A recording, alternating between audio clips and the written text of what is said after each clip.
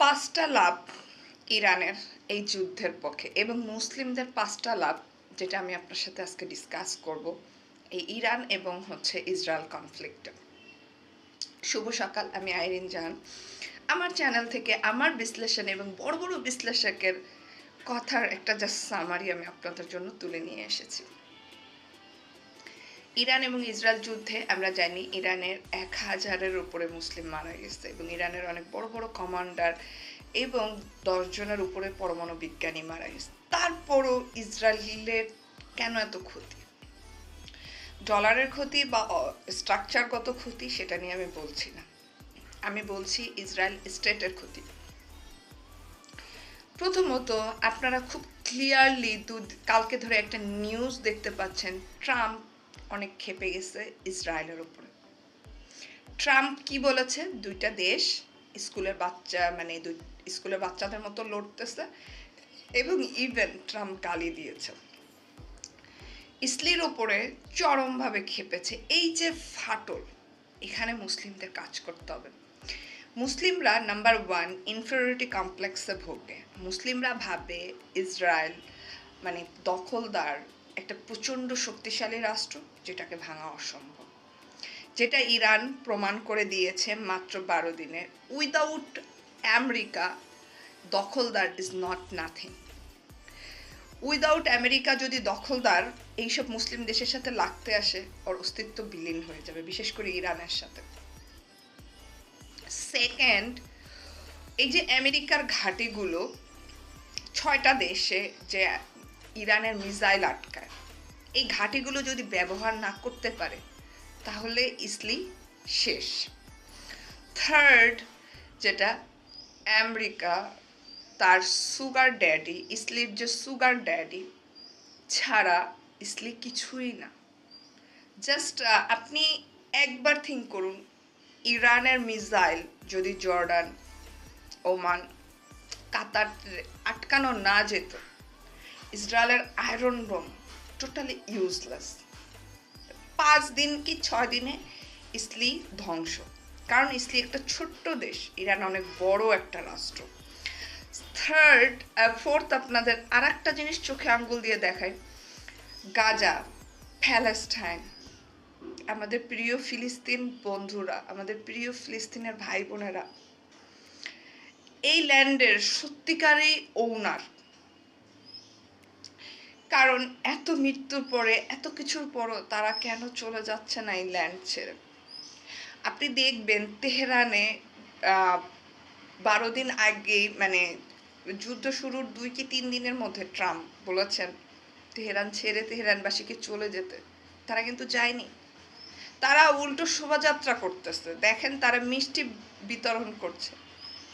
এটাই বোঝা যায় this is the main owner of this land, এবং দে আর রিয়েলি প্যাট্রিয়টিক, এবং তারা তাদের দেশকে ভালোবাসে।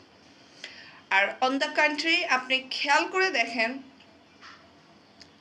ইসলির দখলদাররা সাইপ্রাস সহ বিভিন্ন দেশে 48 সালের মতো ভাগতেছে।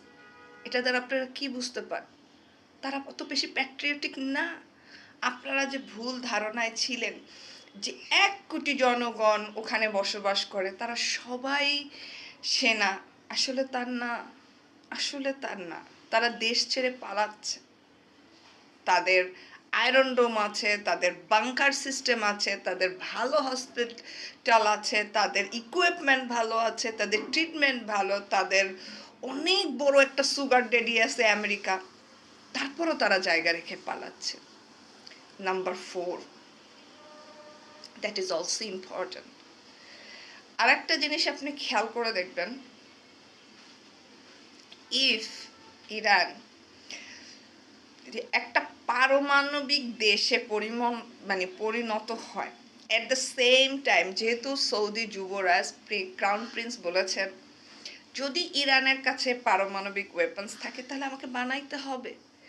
মনে করেন, আপনি ধরে নেন 2টা দেশের পারমাণবিক বোমা আছে এবং তাদের বাবা সুগার ড্যাডি আমেরিকা একদম সাপোর্ট করছে না, ইসলির পতন ডেকে আসবে।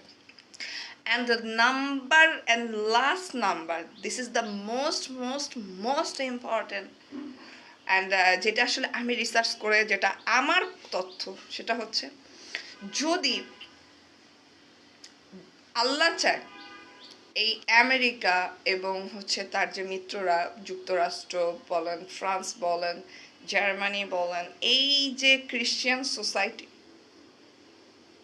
আর বুদ্ধিস্ট সোসাইটি বা সারা বিশ্বে দখলদারের উপরে মানুষের যদি ঘৃণা শুরু হয়, হু নোস, আল্লাহ আবার কারো না কারো দ্বারা হিটলার তৈরি করে দেয় এদের উপরে প্রচণ্ড ঘৃণার কারণে।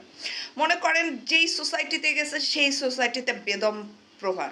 মনে করেন এই দেশে গেছে ওই দেশে মার খেলো, ওই দেশে গেল ওই দেশে মার খেলো, ওই দেশে গেল ওই দেশে মার খেলো, রাস্তায় মার খেলো, যে কোনো সোসাইটিতে মার খেলো। এবং আপনি এটা খেয়াল করবেন সোশ্যাল মিডিয়ায় প্রচণ্ড বাজে, মানে তাদের প্রতি র্যাসিজম এখন সাধারণ মানুষ করছে, পছন্দ করছে না তাদের, তাদের কেউই পছন্দ করছে না তাদের অ্যাগ্রেসিভ বিহেভিয়ারের কারণে।